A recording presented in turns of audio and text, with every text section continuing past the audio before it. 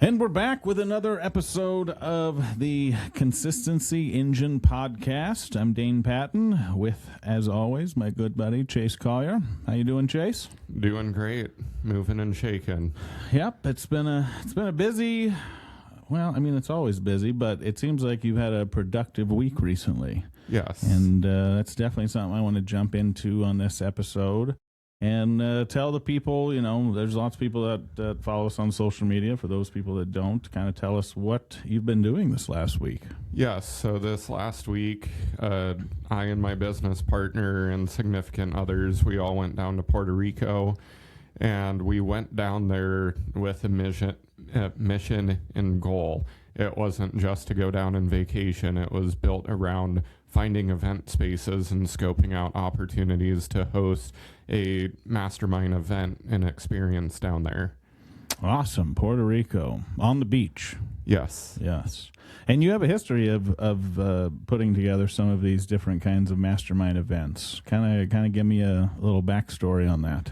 Yeah, so kind of as we all grow into our shoes and our current space that we're in the beginning, I went to a lot of events just like you that other people put on. And at one point, as I continued speaking and adding value to people, told myself, I want to be on these stages. I want to be in front of small groups, big groups, and just add value. So it's turned into, we've done a couple local events. We did one in Montana last year. That was a 6-day, 5-night event, which was awesome. And like the purpose behind it is to add value to business owners as well as build relationships. And like some of these seminars and masterminds, they're great to go to for knowledge, but you don't have the time outside of the event or the environment to build those relationships. And in my past of going to these events, the ones where you can mingle and get to know people and have conversations, like those relationships last over time because we're all there for the same reason, to get better. Yeah, for sure. I've been a part of different organizations, different groups, different masterminds like that, and that's truly what I found the most value. Like when I first got into those things, I kind of needed the rah motivation stuff. See people doing something that I think that's capable for me. But then as time went on, as I kept showing up, you build those relationships. And now we're almost a year since I've actually been to one of those meetups with those people. And it's like, I see those people online. We have these relationships, but we haven't been in person. And like all of us, we're just like recently talking about missing those opportunities where we get together and we go have the dinners, or outside of the trainings, we're sitting around, we're talking, or we get in the small groups and really kind of break down each other's businesses, or really cheer each other on and find out where they're at in there. And you're kind of winning with people at the same time, which is super fun. Some of those people too, when you meet them again for the first time, whether it's, don't want to say for the first time, when you meet them again, whether it's 1 month or a year after that, it's like nothing has changed. You're still very good friends and you just run with it. And those relationships, they're priceless to me. Yeah. I think it reminds me back to some quote or something like that about winning with people. And it's a lot of the times, like, there's strangers are there to cheer you on more than the people that are the closest to you in your life. And I see that quite a bit too, especially on my journey. And it's just like, man, like I've had these people that really don't know me or didn't used to know me, and they're more invested in my growth and my development and progress and all that than sometimes some of the people that have known me for a long time. The people who want other people to win will celebrate you every step of the way. The ones who want to criticize, it's hard to think about, but it's fear. The people that want to criticize do it out of fear because they are fearful to put in the work and the sacrifices themselves to get to the spots that you and I have been grateful to get to. And those people that we meet along the way that just want to cheer us on and celebrate us every step of the way, they're also the ones that when our back is against the wall, they will go to bat for us and protect us and help us any way they can. Yeah, and I want to kind of go back to here. You know, you've hosted some Yes. local stuff and getting some small groups together. You know, really, we want to get as many people into these events and into these groups as possible. What, you know, getting out of your local market and going somewhere else, like where's the what's the value in that? What's the idea behind that? Because I know now that you've done things in multiple different areas.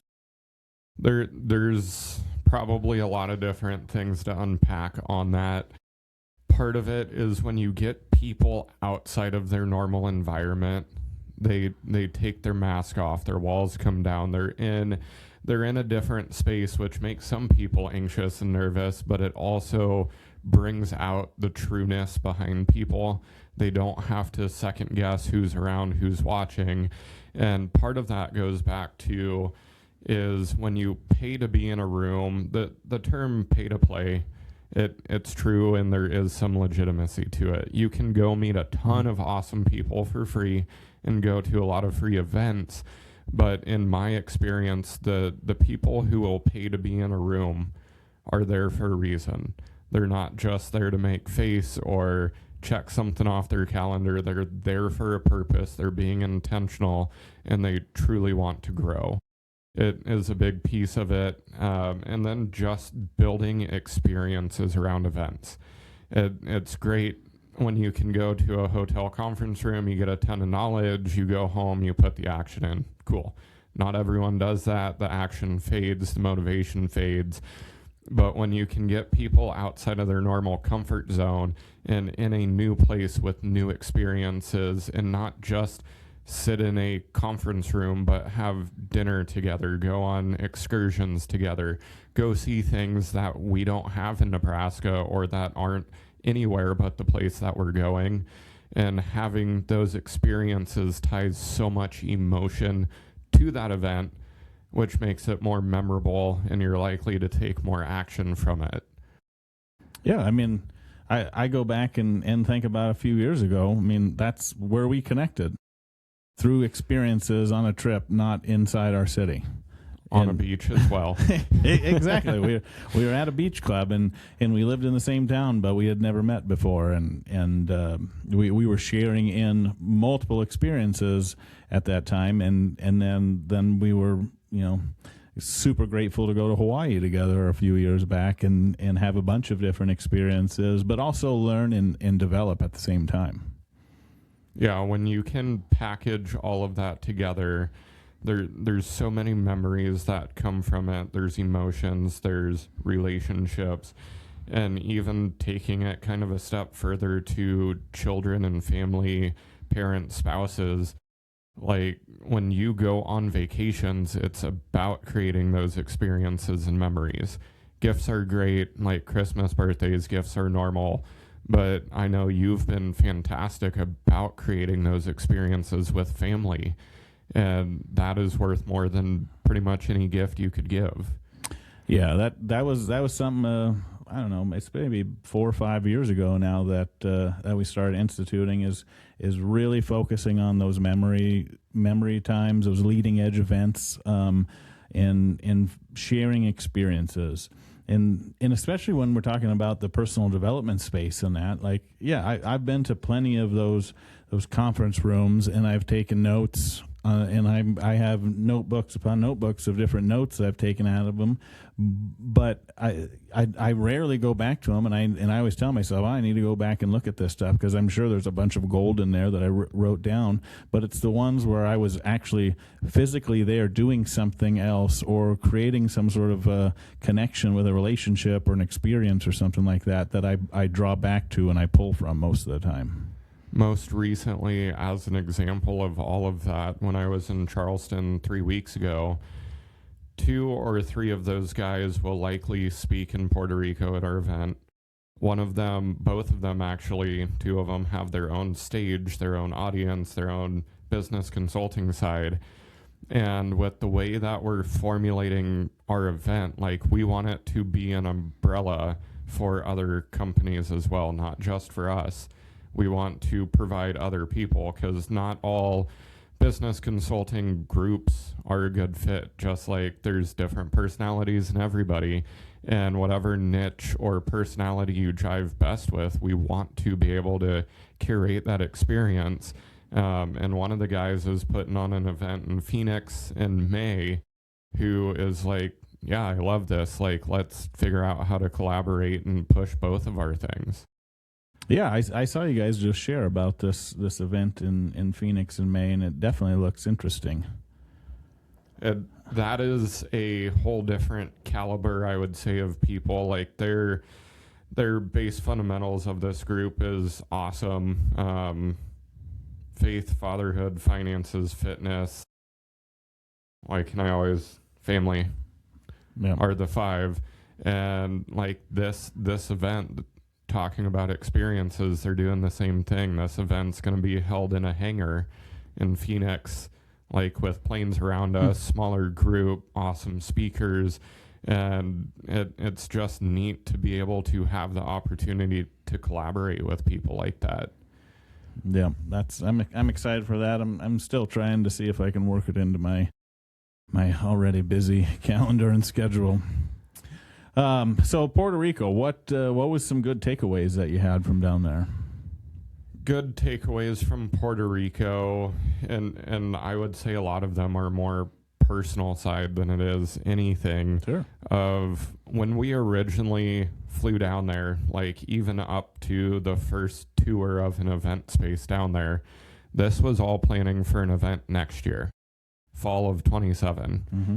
And as we started going through everything, meeting outside of our meetings that we had, brainstorming, we're like, why can't we do this year? What is holding us back from doing it this year? Is it fear? Is it something else lingering out there? So like we pretty much committed to trying to figure out how to do this fall. Awesome. And like there's just so many things that we talk about. Hey, we can do it tomorrow. We can do it next year. Let's wait on it for now. Why do you need to if everything's already ready to go? Yeah, exactly. You know, when you plan with intention, it makes things much easier. Yes. And when you've built systems and processes inside your businesses, then that creates time freedom for you. So instead of saying, "Hey, why don't I do this tomorrow?" we're working on how do I do this right now. Puerto Rico is an amazing place. Learned a lot about the culture, about the government, which it is United States, but it's a territory, not a state. Mm-hmm. People are fantastic. The weather's great. The views are awesome. Like it was an all-around good trip. And there's a lot of awesome things that we're getting ready to plan for that event. That's awesome. Did you narrow it down to a certain spot or a couple spots or what? Yes, there's one location in mind. I assume I can share it because we were like, hey, this is the one we're going to go with. It's the Royal Sonesta in San Juan. It's not too far from the airport. We actually stayed at a different resort, and we just didn't like the vibe there. And when we've hosted events before, we know, kind of have an idea what works, what doesn't, what vibe we're going for, layout wise, what can we do outside of a conference room, what can we do on site, off site. So it was that's kind of the one that's at the top of our list, and we're working with them at the moment. That's awesome.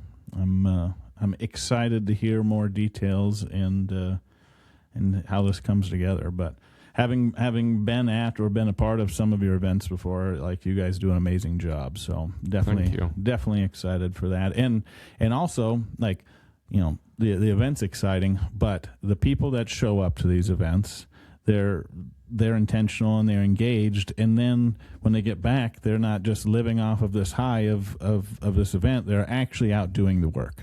And that's, when it comes down to it, the most important part of it.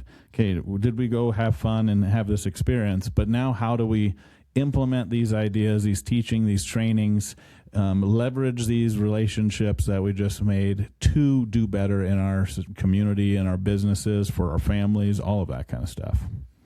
If you are somebody who wants to go to an event like this just to go to the location, do not go. Yeah.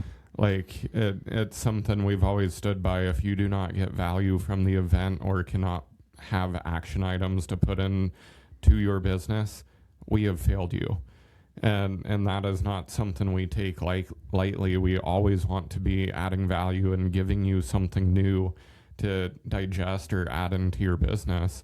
And even from Montana and the smaller one we did in Omaha, people put the action in. And it's been awesome to see some of the growth that's happened in our local community due to those two events.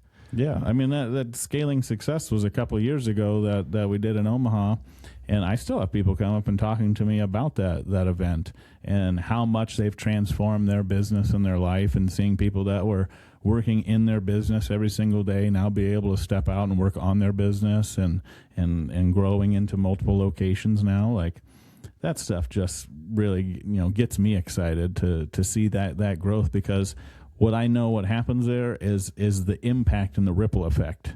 Not only is that one person, their life has changed, but they're able to change the lives of so many other people.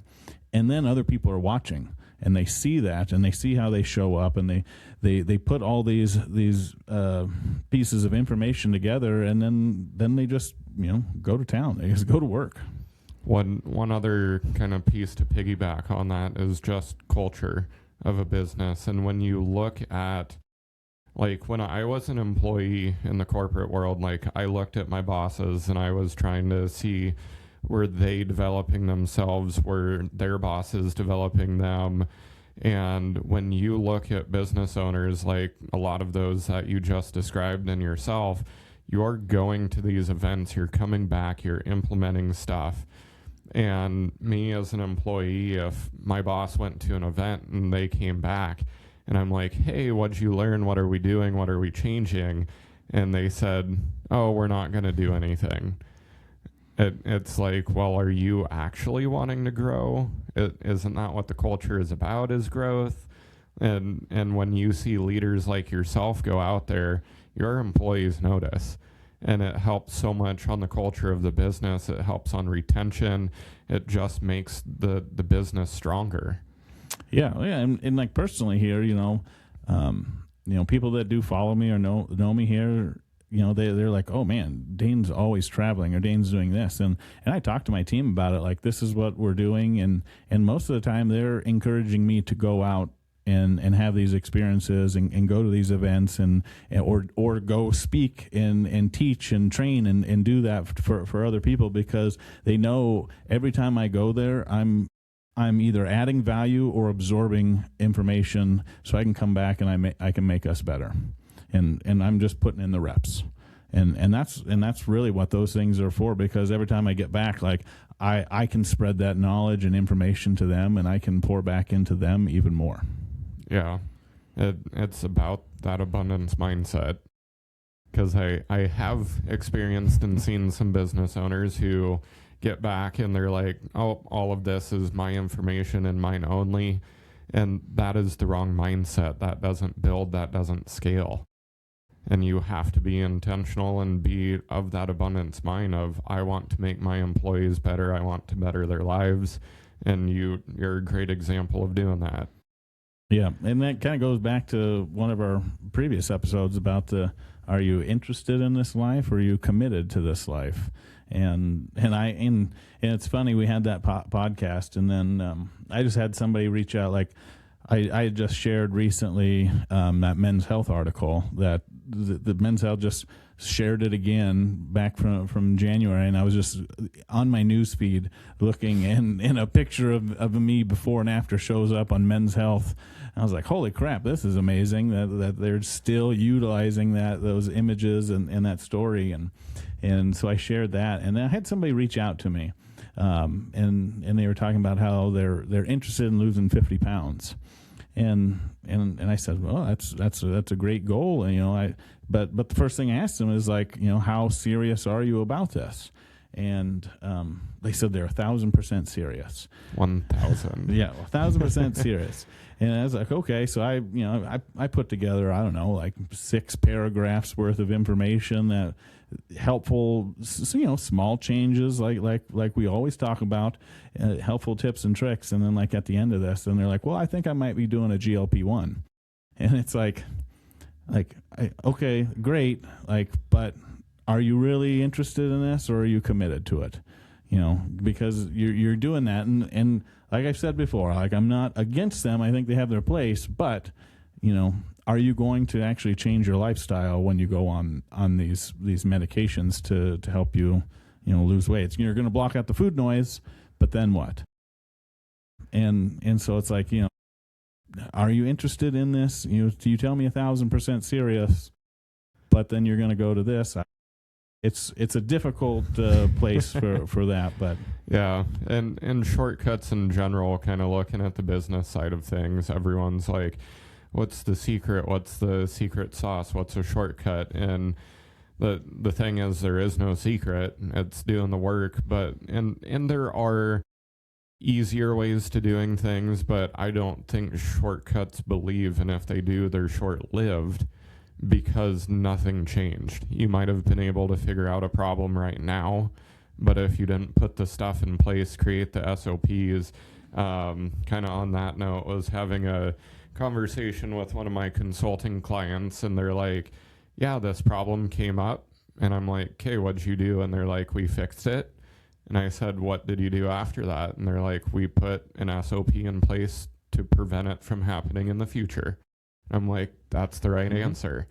So I know we kind of got off tangent on the experience side, but all of the stuff that we're teaching and presenting at these events, like none of it, again, is a secret. It's all stuff that is out there, and it's stuff meant to be to better you as a business owner, better you as a person. So you can put the stuff in place and not go after the shortcuts or the get-rich-quick stuff that's out there. Oh, yeah. We've said it before, all this information is written down in books at your local library. You could go and you could get all of this information, all of the knowledge that you could ever want.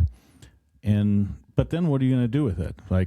But if you go somewhere and someone new tells you this information that you've already heard before, but it hits different, or you're experiencing it in a different way, or you're more open because you're in a different place, like you were talking about.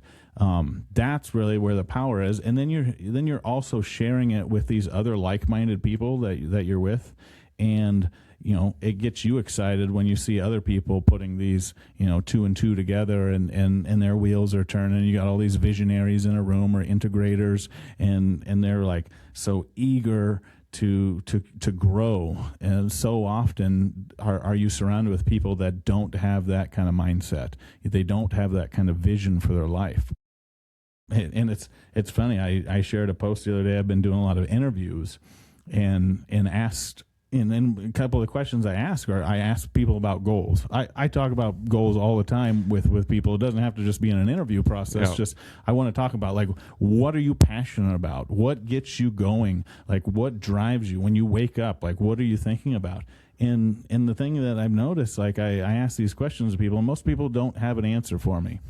Or it stops them in their tracks. They pause. And maybe in an interview situation, they're trying to think of something good that's going to be impress you. Yeah, big impressive thing or something like that. But even when I'm just talking to people normally, having a one-to-one or something, and I ask them that, they don't have this. If you ask me what my goal is or what I'm passionate about, boom, boom, boom, boom, boom, I just start going to town on that stuff, because that's what drives me. That's what gets me excited. And we just don't have those conversations enough with people. Or we're just not focused on that kind of stuff. A lot of people are just trying to get through the day, and that's what who we're talking to in this pocket. We're trying to talk to people that are driven and want more in life. And how do we create that excitement for those people that have maybe dreamed a little bit, but they just haven't figured out what it is that they want. Yeah, or scared to put their toes in the water. One other thing on the experience side of things that I think is so neat to see when it happens is like when we do out of state stuff, spouses are more than welcome to go. And one of the neatest things, and I experienced this with my wife, is one of our first events we went to, we saw Ed Milet speak. And like, she was crying afterwards from his speech. And she turned to me and she said, I know you have told me the exact same thing, but he framed it and he said it in such a manner that hit home with her. And it's so inspiring and awesome to see when spouses do get the opportunity to go to events and experiences like this, so they have a glimpse more under the lens of what we experience as business owners, the good, the bad, the ugly, what we're trying to do, what our goals are, what the vision is. Because yes, we can talk to our spouses and significant others about it. They don't always understand, but when you put them in that room, they're like, oh, I get it. And I think the same thing goes with your team too. That's one of the reasons, this last February, I took most of my team to Las Vegas. I was speaking on stage in front of 500 different wildlife operators, and some of my new guys got to sit in there and they got to see me do that. But then they also got to witness like what a wildlife expo was. We did that down in Orlando, and I've done it down in Houston, and bringing your team in. I even sent my guys to Philadelphia to do some training without me, to go and hang out with other operators across the country. So they could see like, oh man, what, and those trainers, those teachers were teaching them the same stuff that we do here at the office, but they're hearing it from a different person. They're hearing it in a different place, and it connects a little bit differently. Or they're like, oh, what he says is the same thing that he says. And, so giving them those experiences, I think is so incredibly important. And plus, when it's your team, like, you're pouring into your team then. Like, how much does your team love, like, when I think back to when I was an employee, like, if my boss was sending me to different places and I got to go do those, and that happened to me. Like, I got to go to Atlanta and go do training and stuff like that. Like, that stuff's so powerful when you are an employee and your boss, your ownership, your managers, like, investing into you. Yeah, it's not just hey, you're an employee, you're a number, but I'm investing in you and I'm showing it through action. Yeah, it's so important, and that's and the same thing goes to my family too. I have that same mindset. I'm the same person on both sides. Like, I want to invest in my kids as much as I can, and teach them all these things that I know now, but then take them and have them experience all these new things, new cultures, new towns, new cities, new adventures. Yeah, all of that is great when you come kind of to the root of it. Experiences just build emotion, it builds memories, it builds fondness. And if you're the person that helps somebody get to that experience, like, you invested in them, or you invested in yourself if you're the one who went on that experience.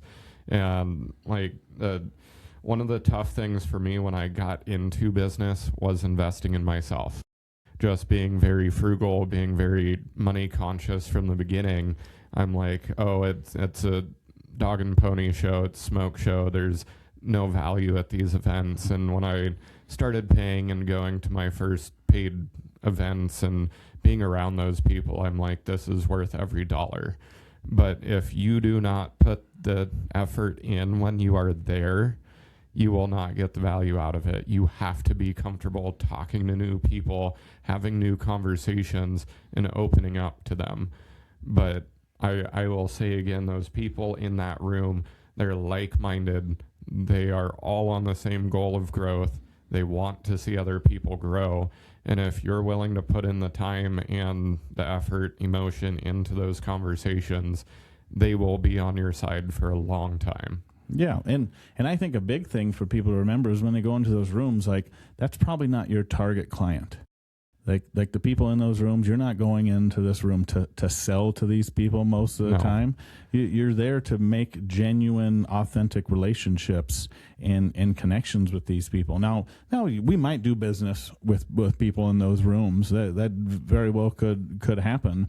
But most of the time, you're there to learn together. You're there to share struggles, to share wins with each other, and really like, okay, this is how I did it. Maybe this is going to help you.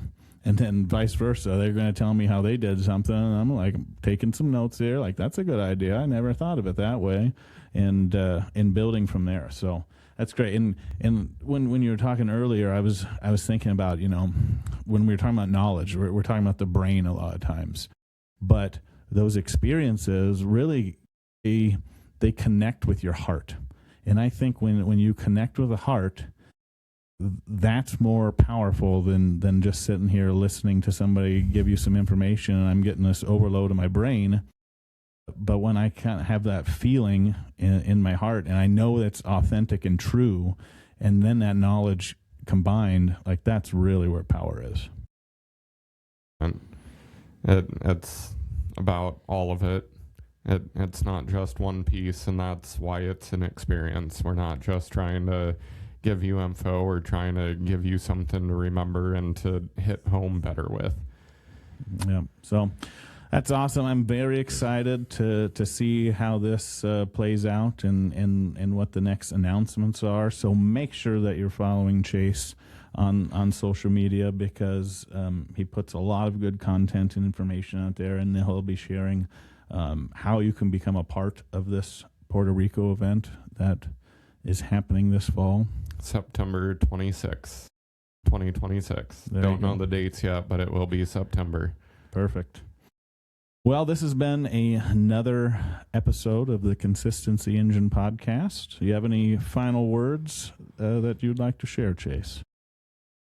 Don't be afraid to put yourself in new rooms with people you don't know. Like, absorb that uncomfortable feeling and just go talk to people. The worst anybody can do is say no. Like, I'm not going to give you any time. That's literally the worst that can come out of it. The best thing is you're going to meet some amazing people that are going to go to war for you and be friends with you for years. So put yourself out there, invest in yourself, and go continue growing. Yeah, just growth. Get comfortable being uncomfortable. All right, thanks.